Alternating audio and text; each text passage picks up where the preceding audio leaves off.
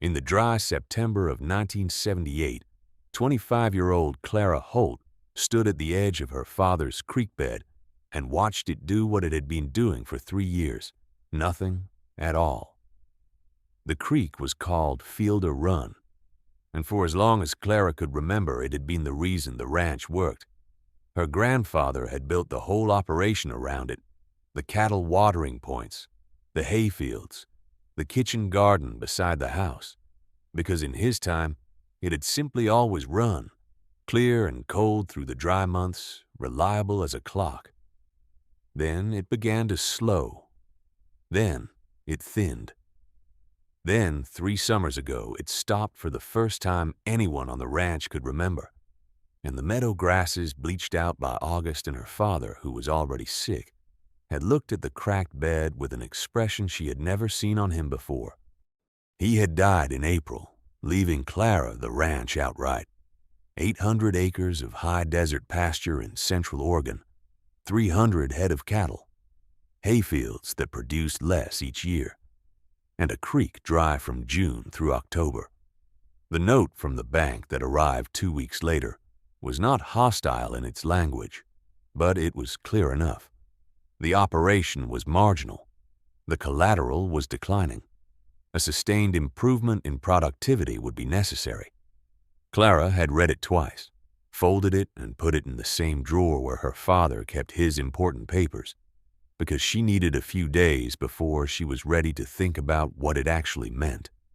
She was thinking about it now, standing in the dust of Fielder Run on a September afternoon, when she heard the truck coming up the county road. It was a Green State wildlife vehicle, and it turned into her lane without slowing.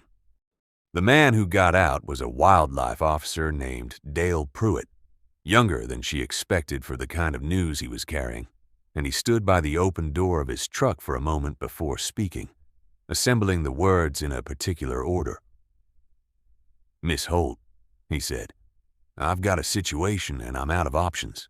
He explained it on the hood of his truck with a map and a sheaf of papers. The Harney Basin Wetlands Reserve, a private operation 60 miles east, had been sold to a development company and was being demolished. The reserve had been home to a managed beaver colony, 60 animals, living in and around connected ponds for the better part of a decade. The new owners had given notice. The reserve's permits were terminated. The state had 30 days to relocate the colony. Licensed sanctuaries were full. Zoo inquiries had been declined. The state's own holding facilities were at capacity from a wildfire displacement event earlier that summer. "Beavers," Clara said when he had finished. 60 of them, Pruett said, on a cattle ranch, under a strict emergency care permit. "I'll be honest with you, it's complicated paperwork.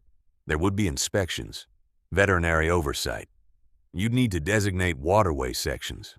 The animals can't go everywhere." He paused. "But your creek system has 3 tributaries listed on the county watershed map. You have the water infrastructure." "I have a dry creek," Clara said. Pruett looked at his map for a moment. "You have a creek system. That's different from having water in it." She looked at him, then at the map, then at the dry white stones of Fielder Run visible over his shoulder. "How long before you run out of other options?" "I'm out now," Pruett said. "You're the 4th call I've made today." The word had reached the county by the following morning, because in a county of 8,000 people and 40,000 cattle, a 25-year-old woman with a failing ranch accepting 60 beavers on emergency permit was the kind of story that moved faster than weather. By noon, Clara had heard 3 versions of it from the fuel station alone. The fastest version was the one where she had lost her mind from grief, which was also the most entertaining, which is why it moved so quickly. The most vocal of her neighbors was a man named Gerald Stote, who ran 1,200 acres of grass-fed beef on the property adjoining Clara's to the north. He was the kind of rancher who had inherited a large operation, enlarged it through bank credit and aggressive water rights acquisition, and who wore his confidence the way other men wore a good hat, a permanent fixture that no weather was going to move. He had been in the fuel station when the first version of the story arrived, and he had laughed in the specific way of a man who feels that laughter is not just a reaction, but a verdict. "Beavers," he had said to the room in general. "She's going to put beavers in a dry creek." Someone had said maybe they'd dam it up and fix the dry problem, which was meant as a joke, but which Clara, who was 2 rows of shelving away and had heard every word, had noted without turning around. "Honey," Stoat had called over the shelving because he knew she was there and enjoyed an audience. "What that land needs is a buyer who can afford to run it properly. Not a wildlife project." Clara put her purchases on the counter and paid without responding. She was not the kind of person who argued in fuel stations. She was, however, the kind of person who remembered things. The permit paperwork took 11 days to process. During that time, Clara drove out to the Harney Basin site twice to watch the colony before the move. She stood on the bank of what remained of the reserve's pond system in the early morning, watching the beavers work, and she did something almost nobody else in her position would have thought to do. She brought her father's survey maps of the Fielder Run watershed and laid them on the hood of her truck and looked at both things at the same time. Her father had been a meticulous record keeper in the way that ranchers of his generation often were, not because anyone had taught him to think in systems, but because the ranch had required it. He had kept rainfall logs since 1951, had mapped every water source and every dry period, and every change in his soil's behavior. Clara had read those records in the weeks after his death, partly for practical reasons and partly because it was a way of spending time with him, and one thing in them had lodged in her mind and refused to leave. In 1951, her father had written, "Fielder Run ran clear through August, never knew it to stop." In 1964, stopped for 2 weeks in August. First time I remember that. And then in the last year before his illness. Run stopped May 28th. Hasn't moved since July. The creek was not simply dry because of drought. Something upstream had changed. She looked at both things and thought about Pruett's phrase. "You have a creek system. That's different from having water in it." Let me explain what Clara understood that her neighbors did not. A creek in the American West is not just a channel through which water moves. It is the surface expression of a larger underground system, a living relationship between the water table, the soil on either side, and the vegetation that holds everything together. When a creek runs year-round, it is because the surrounding land holds water between rains, releasing it slowly into the channel, the way a wet sponge releases water when pressed. Take away the sponge effect and the creek depends entirely on direct rainfall. Rainfall in Central Oregon concentrated itself in the winter months. The summers were dry. The math was unavoidable. In a natural Oregon watershed, beavers had historically been the primary engineers of that slowing. Their dams did not simply pond water on the surface. They raised the water table in the surrounding land for hundreds of yards in every direction, creating meadows that stayed wet into August, riparian zones where willows and sedges rooted deeply into moist soil, a self-reinforcing loop that had been running in the Pacific Northwest watersheds for thousands of years before the fur trade removed the beavers and replaced the wet meadows with dry ones. Clara had not studied hydrology. She had read her father's journals and she had stood on the bank of a functioning beaver colony and watched the water sit still and deep in late September, when every unmanaged creek in the county was a dry memory. She did not need a degree to connect those two observations. She signed the permit on a Thursday. The beavers arrived on a Friday, 60 animals in ventilated transport boxes on 2 state wildlife trucks, released into the upper sections of Fielder Run and its two tributaries in groups of 15, while Clara watched from the bank and did not speak. By the time the trucks left, Gerald Stote's ranch hand had driven past the gate twice. Slowly, the way you drive when you are not going anywhere, but want to observe something. Clara had water tanks to fill and release documentation to complete. She ignored it. Let me stop and ask you something. Have you ever committed yourself completely to an idea that the world around you considered somewhere between foolish and deranged, and felt in the quiet after everyone had gone home? Not the triumphant certainty of a person who knows they are right, but simply the clear conviction of a person who has decided to find out?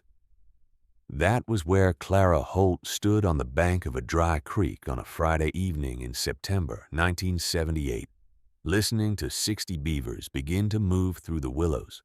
The first dam appeared on Fielder Run's northern tributary within 10 days, barely 18 inches high and 5 feet across, willow branches and dried grass packed with mud.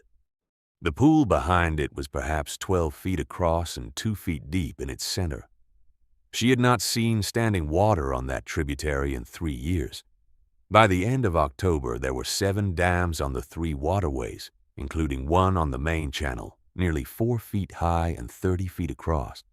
The pool behind that dam was full and cold, drawing from some underground source that the impoundment had reached by raising the surrounding water table until it overflowed back into the surface channel. The cattle had found it immediately. They stood in the shallower margins and drank with the focused, contented deliberateness of animals that have been thirsty for a long time and are now not. Clara watched them and thought about her father's 1951 entry. The neighbor who had been most consistently observant throughout all of this was not Gerald Stote. It was an older woman named Ruth Farley, who had farmed the property to Clara's south for 40 years and who viewed the world with the precise attention of a person who has been surprised often enough to stop predicting outcomes. She had not laughed at the beaver story. She had simply waited to see what would happen. Ruth appeared at Clara's gate one cold morning in November, carrying a coffee thermos, and they walked the dam network together for an hour. Ruth said very little until they reached the largest dam on the main channel, where she stood for a long time, looking at the pool and the willows and the cattle drinking at the shallow margin. "The grass along the bank is still green," she said finally. "In November." "It is," Clara said.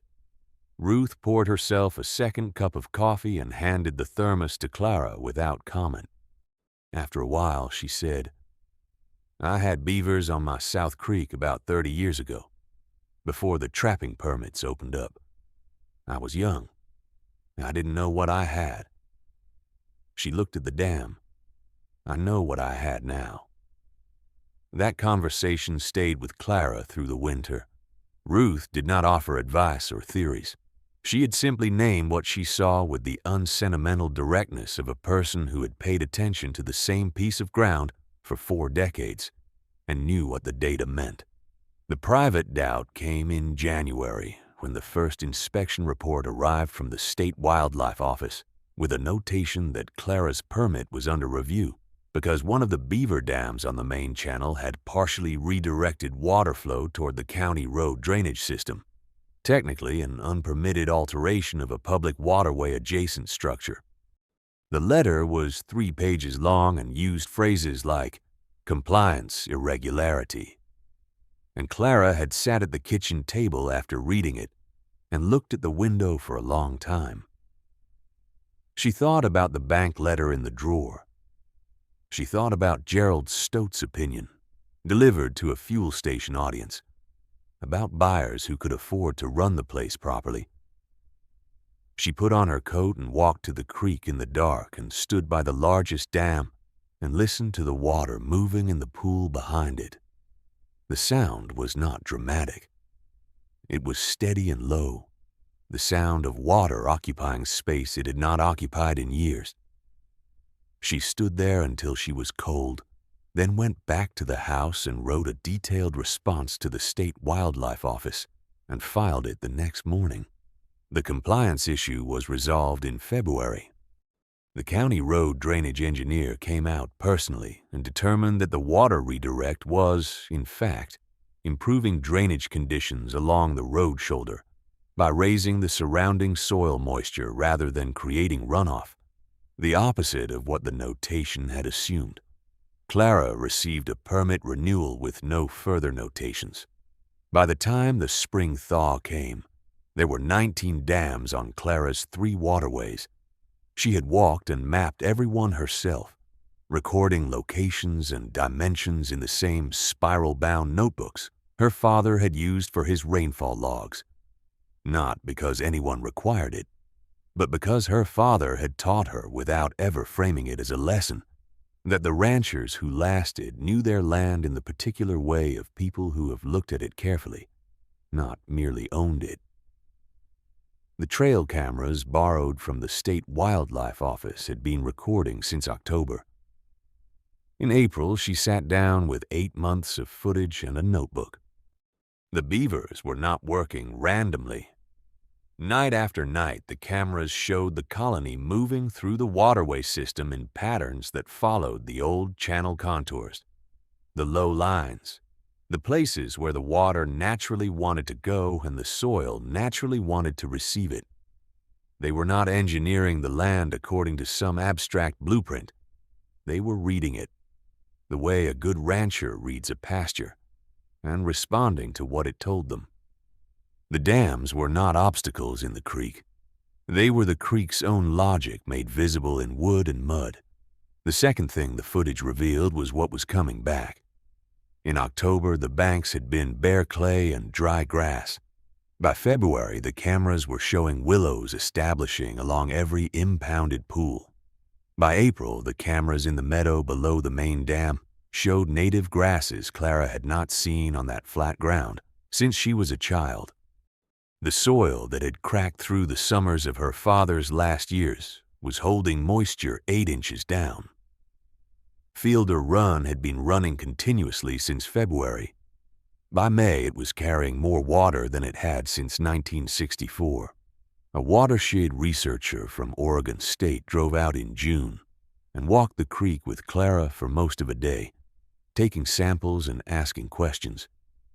He had been studying dry creek recovery in the high desert for 12 years. He told her, standing by the main dam in the afternoon light, that what he was seeing in her creek system was consistent with what the literature predicted for successful beaver reintroduction, but that the timeline was faster than anything he had documented. How much faster? Clara asked. The literature suggests 3 to 5 years for significant water table recovery, he said. You're showing measurable change at 8 months. She thought about that for a moment. What's different here? He looked at the dam. The animals, he said. The colony is large, and it's been well managed. They're not a few scouts. They're a full working population. He paused. They've essentially done in one winter what a team of engineers would take years to budget and permit and build. Clara walked him back to his truck and shook his hand, and went back to her work. She had a fence to mend in the north pasture, and a vet appointment for 2 of the older cows in the morning.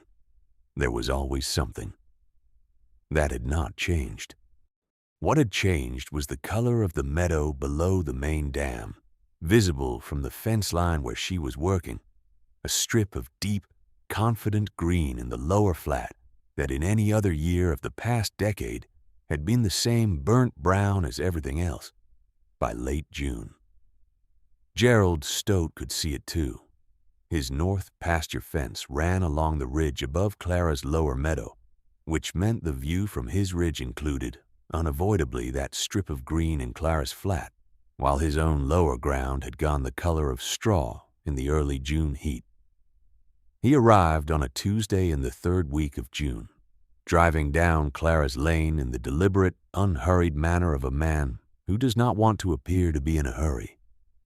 Clara heard the truck and kept working on what she was doing, the chain on the swather, until he had parked and walked over.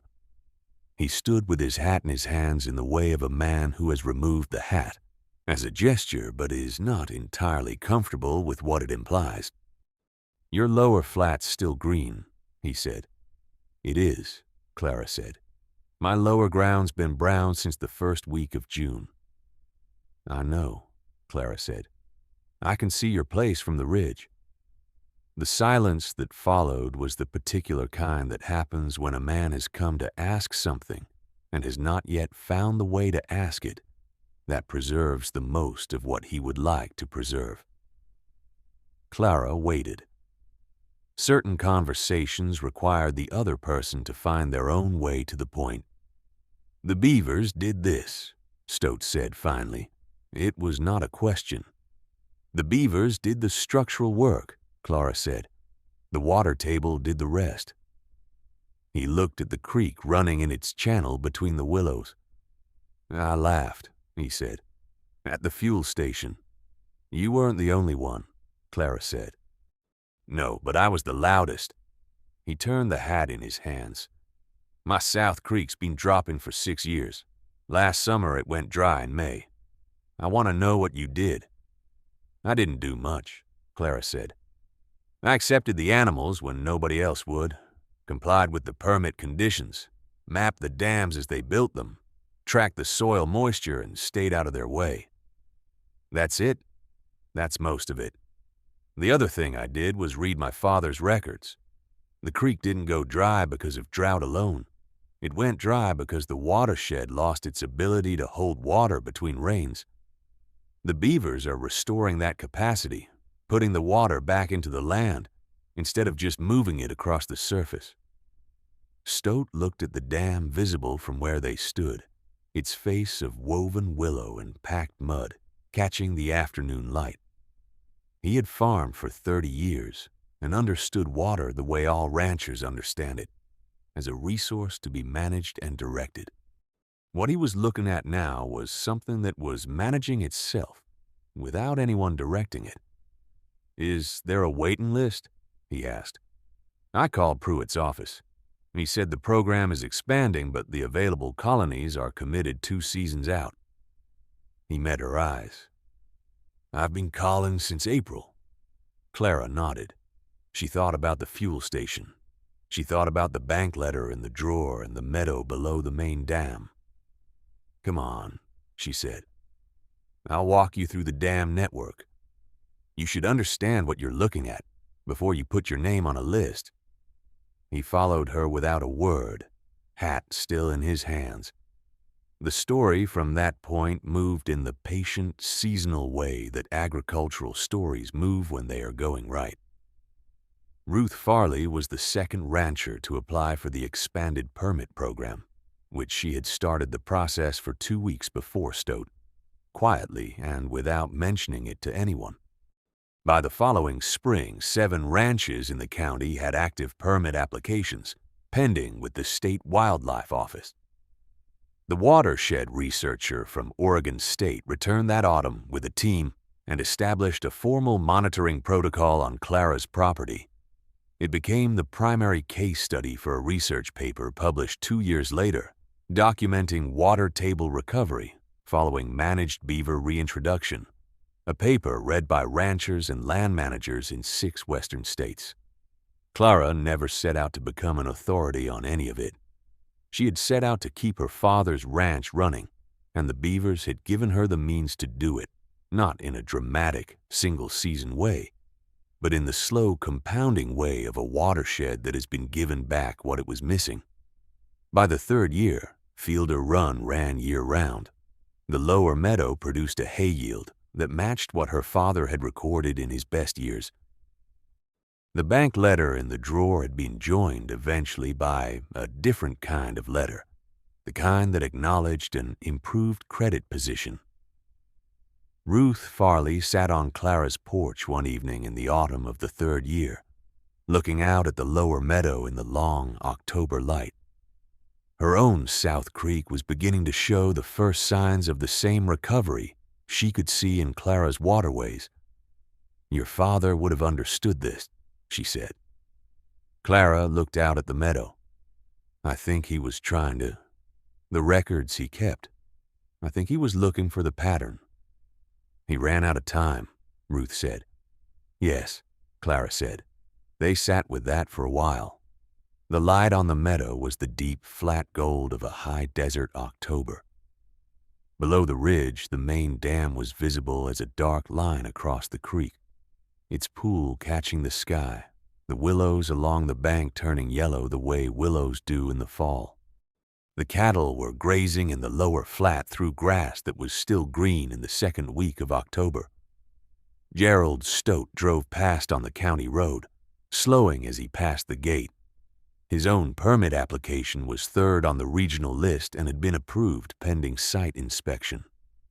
He had been civil to Clara at the feed store since June, which was different from warm but sufficient for the purposes of a county where people shared waterways and fence lines. Clara had never wanted his apology. She had wanted her creek to run. The creek ran. She kept her father's records on the same shelf where he had kept them, and beside them she had begun adding her own. The same spiral-bound notebooks, the same careful handwriting, rainfall, water levels, soil moisture, pasture condition, creek flow dates, and new categories he had not used, dam locations, pool dimensions, native vegetation return dates. She was writing it down the way her father had, not for any particular audience, but because the land deserved to be known that carefully. That was the thing nobody at the fuel station in September of 1978 had understood. They had looked at 60 beavers on a drought-stricken ranch and seen an eccentric response to a practical problem. They had not asked the right question. The right question wasn't what 60 beavers cost a struggling ranch. The right question was what the watershed had been before the beavers were gone, and what it would take to let it become that again. Clara had asked that question, and the land had answered clearly and without hesitation. The creek ran year-round now. The meadow was green in October. The cattle drank from field or run on summer mornings, the way they had in her grandfather's time, without drama, without anyone having engineered it, because the land had simply remembered what it knew how to do when the right animals were given back to it. It had remembered and it had run.